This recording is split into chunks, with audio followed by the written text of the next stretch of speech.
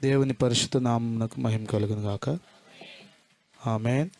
ప్రభువైన యేసుక్రీస్తు నామంలో దేవుని సన్నిధి కూడి వచ్చిన ఈ పునరుత్థాన ఆరాధనలో పాల్గొన్న మీ అందరికీ వందనాలు తెలియపరుస్తాను. అందరికీ వందనాలు. దేవుడు అందరినీ ఆశీర్వదించును గాక. ఆమేన్. హల్లెలూయా. దావీదు రచించిన కీర్తన. బిల్లి గ్రహం గారు గొప్ప దైవజనుడు. ఆయన ఏం చెప్పాడంటే, నేను దేవునితో ఎలా ఉండాలో తెలుసుకునేందుకోసం రోజుకు 4 కీర్తనలు చదువుతాను. మనుషులతో ఎలా నడుచుకోవాలో తెలుసుకోవడం కోసం రోజుకు ఒక సామెతల అధ్యాయం చదువుతాను అన్నాడు. రాసుకోవచ్చు రాయాలి మనసు ఉంటే. ఇది పెద్ద ఇంపార్టెంట్ కాదులే అనుకుంటే. నేను దేవుణ్ణి ఎలా ఆరాధించాలి, దేవునితో ఎలా ఉండాలి అనేది తెలుసుకోవడం కోసం రోజుకు 4 కీర్తనలు చదువుతాను. మనుషులతో ఎలా ఉండాలో తెలుసుకునేందుకోసం, లోకంలో ఎలా బ్రతకాలి అని తెలుసుకోవడం కోసం రోజుకి సామెతల గ్రంథంలో ఒక అధ్యాయం చదువుతాను అన్నాడు. ఎవరు? బిల్లి గ్రహం గారు తెలుసా మీకు? 99 సంవత్సరాల వయసులో చనిపోయారు ఆయన. అద్భుతమైన సేవ చేశారు. ప్రపంచవ్యాప్తంగా ఎక్కువ మందికి సువార్త చెప్పిన వాళ్ళు ఆయన ఒకడు. లక్షల మంది ప్రజలకు సువార్త చెప్పిన వాళ్ళు ఆయన ఒకడు. అమెరికా దేశస్థుడు, గొప్ప దైవజనుడు. దేవుని స్తోత్రం. హల్లెలూయా. కీర్తనల గ్రంథం చాలా అవసరం. సంతోష్ అల్లరి చేయమహనానా, నువ్వే సంతోష్ అంటే అడుగుతున్నాడు. ఇక్కడికి వచ్చాయి, నువ్వు ఇక్కడికి వచ్చాయి. వద్దులే.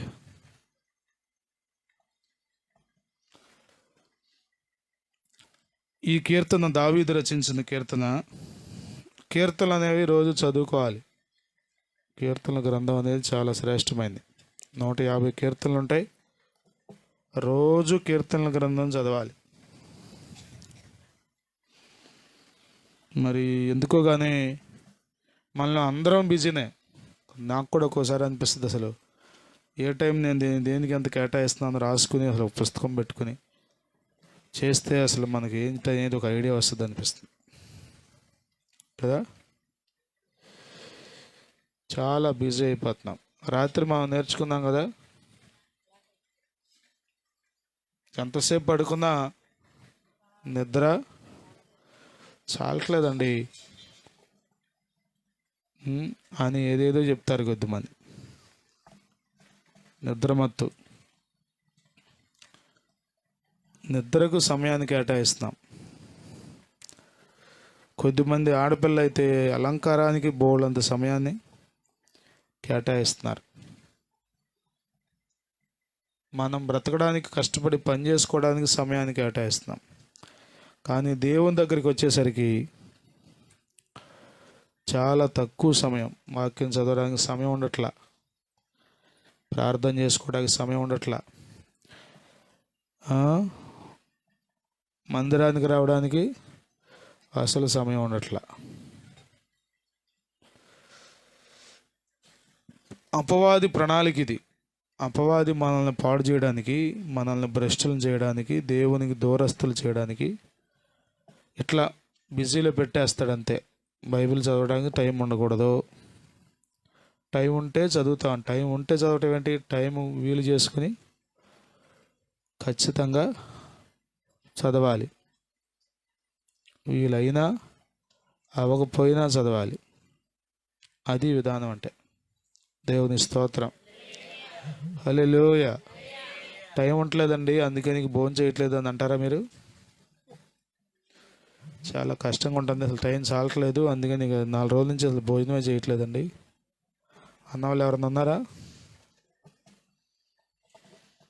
ఏదో ఒక టైంలో వీలు చేసుకుని మరి కొద్దిమంది తెలివైన వాళ్ళు అయితే డ్రై ఫ్రూట్స్ పక్కనే పెట్టుకుని భోజనం చేయడానికి అవకాశం లేకపోయినా ఫ్రూట్స్ తెలుసు తినకపోతే ఏం జరుగుద్దో. మరి వాక్యం చదవకపోతే అది తెలియట్లా. అందుకనే మనం అలా మొండిగా గుడ్డిగా ఉండిపోతున్నాం. కాబట్టి ఈరోజు ఆశ్చర్యం, ఈ స్టేట్మెంట్ నేను చదివినప్పుడు ఆశ్చర్యం అనిపించింది నాకు. రోజుకు 4 కీర్తనలు, సామెతల్లో ఒక అధ్యాయం నేను చదువుతాను అని చెప్పాడు. చాలా అవసరం. దేవుణ్ణి స్తుతించడం ఎలాగో, దేవుని దగ్గరికి ఎలా రావాలో, దేవుణ్ణి ఎలా మహింపరచాలో కీర్తనలు చదివితే మీకు అర్థమవుతుంది. దేవుడు ఎంత మంచివాడో, దేవుణ్ణి అసలు ఎందుకు స్తుతించాలో ఇదంతా చాలా స్పష్టంగా మనకు వాక్యం చదివితే అర్థమవుతుంది. ఆమేన్, హల్లెలూయ. దావీదు అంటున్నాడు, చూడండి ఒక మాట. ఈ కీర్తన తనను ఇబ్బంది పెడుతున్న వాళ్ళు, తన చుట్టూ చేరి తన గురించి చెడుగా మాట్లాడుతూ ద్వేషపు మాటలు, కుట్రలు, కుతంత్రాలతో ఉన్న వారి గురించి మాట్లాడుతున్నాడు.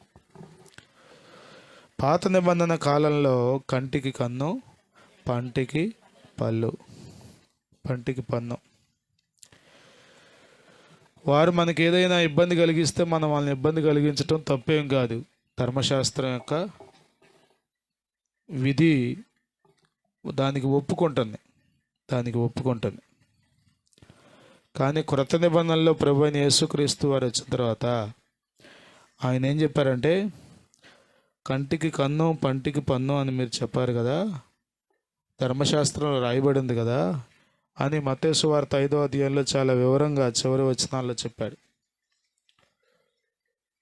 అంటాడు, మిమ్మల్ని హింసించే వారి కొరకు ప్రార్థన చేయండి, మీ శత్రువులను ప్రేమించండి, అది మీరు దేవుని పిల్లలు అంటానికి గుర్తు అని చెప్తాడు. దేవుని స్తోత్రం, హల్లెలూయ. ఈ కీర్తన చదివి కొద్దిమంది అనుకుంటారు, దావీదుట ప్రార్థన చేశాడు, వాని జీవిత దినాలు కొద్దివగును గాక, వాని ఉద్యోగం వేరొకడు, అది వాని మన ప్లేస్లో మనకు నచ్చినోడు పేరు పెట్టుకుని, మనం ఎవరికైతే మనకు ఎవరైతే నచ్చరో, మనకు ఎవరైతే కీడు కలుగ చేశారో అనిపిస్తుందో, మనకు ఎవరైతే నష్టం కలుగ చేశారో అనిపిస్తుందో, ఇక వాళ్ళ పేరు పెట్టుకుని వాని బిడ్డలు తండ్రి లేని వారు అగుదురు కాక అంటే ఏమవుతారని, వాని బిడ్డలు తండ్రి లేని వారు అగుదురు కాకంటే అర్థం ఏంటి? వాడు చనిపోవాలని. ఇది దావీదు ప్రార్థన. ఇట్లా చేయొచ్చా? గాక అంటే వెంటనే ఆమెను అన్నావా మనం? చెప్పండి, వాని ప్రార్థన పాపమగును గాక అంటే ఆమెను అన్నావా? ఇది పాత నిబంధన కాలానికి సరిపోతుంది. దేవుని స్తోత్రం, హల్లెలూయ, హల్లెలూయ, హల్లెలూయ. అర్థమవుతుంది అనుకుంటున్నాను మీకు. ఇప్పుడు ఉదాహరణకి మనం కాలానికి తగిన వస్త్రం వేసుకుంటాం కదా, వేసవికాలం వేసుకునే వస్త్రాలు కదా, మంచి ముదురు రంగు బాగా మందంగా ఉండే బట్టలు వేసుకుంటాం. వేసవికాలం వేసుకుంటే నీకే ఇబ్బంది. ఆ బట్టలు ఎప్పుడు వేసుకోవాలి? చలికాలం వేసుకోవాలి. చలి ఆగుతుంది, ఒంట్లో వేడి బయటికి పోదు.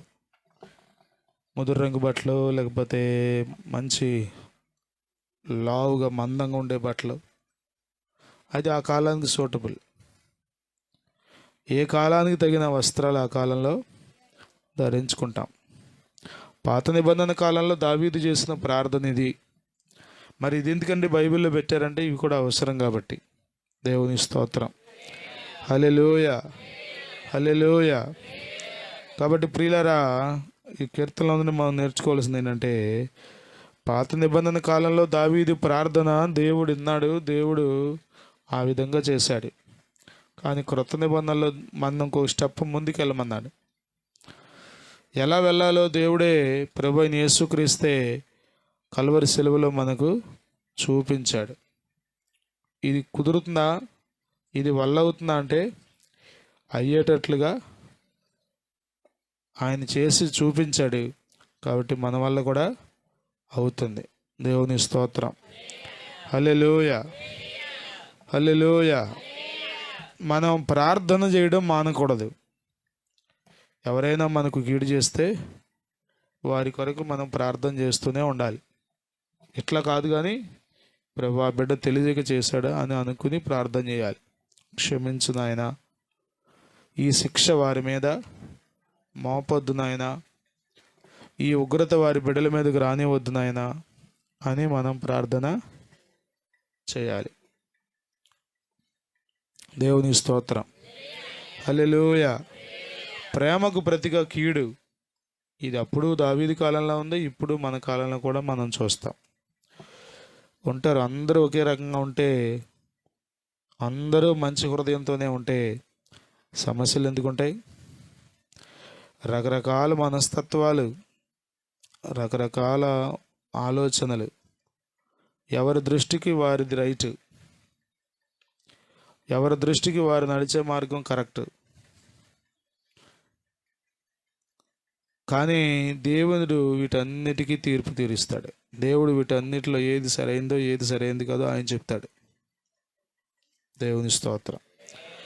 కాబట్టి ఈ కీర్తనలో మనం నేర్చుకోవాల్సింది ఏంటంటే, చాలా విషయాలు ఉన్నాయి, కానీ ప్రేమకు ప్రతిగా కీడు చూపించే వాళ్ళు ఉంటారు. వాళ్ళు కీడు చేశారని మనం కీడునే చేయడానికి చూడకూడదు, ప్రేమించడం మానేయకూడదు. మనం ప్రేమిస్తూనే ఉండాలి. దేవుని స్తోత్రం. హల్లెలూయా. చాలాసార్లు మీతో చెప్తాను, నరహంతకుడు ఒక సెంటు బాటిల్ ఓపెన్ చేశాడు అనుకోండి, చెప్పండి, చదువులేని పిచ్చోడు సెంటు బాటిల్ ఓపెన్ చేశాడు అనుకోండి, బాటిల్లో నుండి కమ్మని వాసనే సువాసనే వస్తుంది, అది ఎవరు ఓపెన్ చేసినా. కాబట్టి మనుషులు మన చుట్టూ ఎలా ఉన్నా ఎలా మారినా మనం దేవుని పిల్లలకు తగ్గట్టుగానే ఉండాలి తప్ప మనుషులకి తగ్గట్టుగా మారిపోకూడదు. నేను ఒకప్పుడు ప్రేమించేదాన్నండి, నేను ఒకప్పుడు చాలా మంచిగా ఉండేవాడినండి, కానీ వాళ్ళే అని ఏదేదో చెప్పొద్దు. ప్రేమించడమే మన పని. దేవుని స్తోత్రం. ప్రార్థించడమే మన పని. ఆమేన్. హల్లెలూయా. హల్లెలూయా. అర్థమవుతుందా? పగ తీర్చుకొనుట నా పని అన్నాడు దేవుడు, అంటే మీ పని కాదు అని అర్థం. దేవుని స్తోత్రం. రోమాపత్రిక 12వ అధ్యాయంలో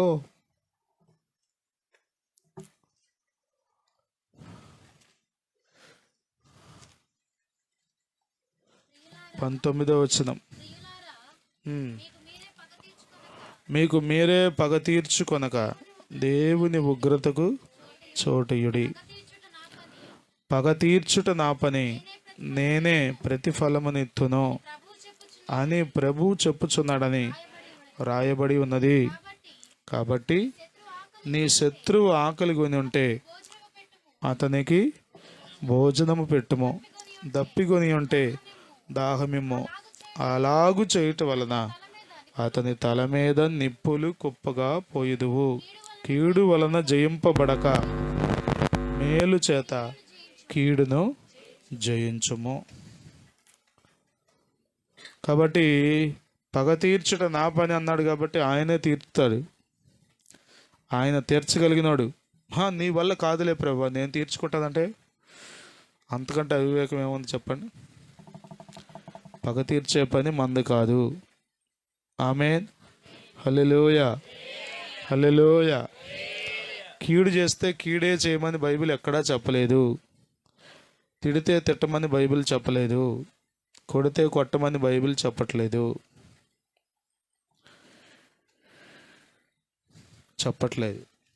ఒకవేళ ఎట్లా చేసుకుంటూ వెళ్తే, కీడు చేసిన వాడు కీడు చేసుకుంటూ వెళ్తే లోకంలో కీడు తప్ప మంచి ఏం కనపడదు. మానవత్వం కనపడదు. మనం మనుషుల కంటే హీనమైన స్థితికి దిగజారిపోతాం. కాబట్టి ప్రియులారా, మనం కీడు ఆలోచించకూడదు, యోగ్యమైన ఆలోచన చేయాలి. ఎవరైనా ఇబ్బంది కలిగించారా? నథింగ్ టు వర్రీ, కంగారు పడవసలా. ఇదిగో వారు నాకు కూడా అలాగూ చేశారన్నాడు శిష్యులతో. మీకే కాదు నాన్న, నాకు కూడా అలాగూ చేశారు అన్నాడు. దేవుని స్తోత్రం. హల్లెలూయా. అర్థమవుతుందా మీకు? కాబట్టి ఎవరైనా మీకు ఇబ్బంది కలిగిస్తే మనస్ఫూర్తిగా క్షమించండి. దేవుని దగ్గరికి కూడా క్షమించు ప్రభువా అని అడగండి వాళ్ళ గురించి. ఇది దేవుని బిడ్డల లక్షణం. అలా కాకుండా మనసులో ఆయాసం పెట్టుకుని, కష్టం పెట్టుకుని, వారి గురించి వ్యసనపడుతూ, అవకాశం వచ్చినప్పుడల్లా వీళ్ళ దగ్గర వాళ్ళ గురించి మాట్లాడుతూ ఇక అదే పనిగా ఉంటే అది ఆత్మీయుల లక్షణం కాదు, ఆత్మీయమైన విధానం కాదు. దేవుని స్తోత్రం. ఒకప్పుడు దారి తప్పాం, ఇంకా రోజు తప్పితే ఎట్లా కుదురుద్ది చెప్పండి? ప్రతిరోజు దారి తప్పి తిరిగితే కుదురుద్దా?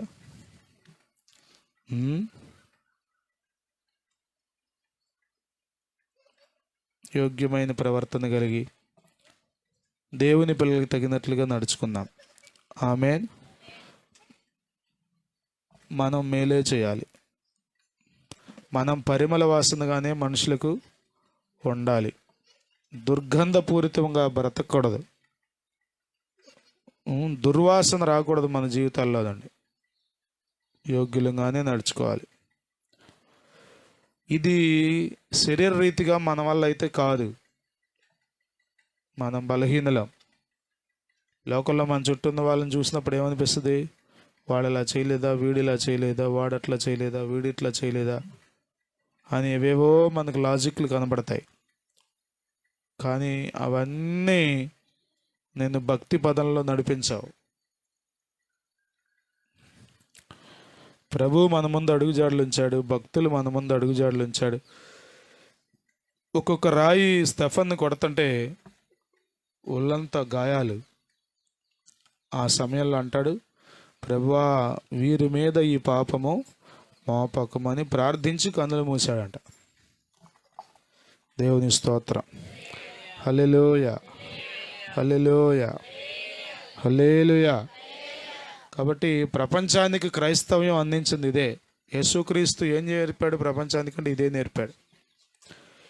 ఎంతోమంది మంచి మంచి మాటలు చెప్పారు, కానీ మంచిని చేయలేకపోయారు, మార్గాన్ని చూపలేకపోయారు. కానీ ప్రభు అయిన యేసుక్రీస్తు ఒక్కడే మార్గాన్ని, అడుగుజాడలను మన ముందు ఉంచాడు. దేవుని స్తోత్రం. హల్లెలూయా.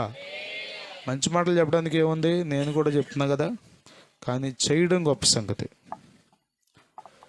మంచి మార్గంలో నడవడం గొప్ప సంగతి. ఆ విధంగా నడుద్దాం. ప్రభు అట్టి కృప మనకు దయచేయనుగాక. దేవుని స్తోత్రం. హల్లెలూయా. కేవలం అక్షరార్థంగా వాక్యం చదివితే కన్ఫ్యూజ్ అవుతారు. మీరు కన్ఫ్యూజ్ అవుతారు, సమస్య వస్తుంది. ఏది నిజమో, ఏది అబద్ధమో, ఏది కరెక్టో, ఏది కరెక్ట్ కాదో తెలియదు మీకు. అందుకనే త్రావు చూపే వాళ్ళకులు ఉండాలి. అర్థమవుతుంది. మనంతటా మనమే చదువుకుని బాగుపడిపోం. కొద్దిమంది అనుకున్న నేను ఇంట్లో చదువుకున్నానండి బైబిల్, బోళ్ళంత జ్ఞానం వస్తుందండి నాకు అనుమానం. అది అజ్ఞానం. త్రావు చూపేవాళ్ళు తప్పనిసరిగా ఉండాలి. సరైన మార్గాల్లో మనం నడవాలి. ఆమేన్. హల్లెలూయా. యేసయ్య వలె జీవిద్దాం. శత్రువుని ప్రేమిద్దాం. పగ తీర్చడం ఆయనకు అప్పచెప్పేద్దాం. Leave it to him. ఆయనకు అప్పచెప్దాం, ఆయన చూసుకుంటాడు. కష్టపెట్టారా, నష్టపెట్టారా, నిష్ఠూరాలు మాట్లాడారా, అవమానపరిచారా, ఆయనకు వదిలేయండి, ఆయన చూసుకుంటాడు. ఆమేన్. ఆయన చూసుకోవడానికి నేనే చూసుకుంటానంటే ఏం చూసుకుంటావు చూడు. నువ్వు ఆ వ్యక్తి ఇద్దరు కలిసి గుంటలో పడతారు. ప్రమాదం. క్షమించడం ద్వారా ఆ వ్యక్తిని కూడా నువ్వు రక్షించవచ్చు. క్షమించడం ద్వారా ఆ వ్యక్తిని ప్రభు ప్రేమలోనికి నడిపించవచ్చు. రుచి అర్థమవుతుంది అందుకు కూడా. దేవుని స్తోత్రం. హల్లెలూయా. ప్రభు ఈ కీర్తన మన కొరకు ఆశీర్వదించును గాక. ఆమేన్.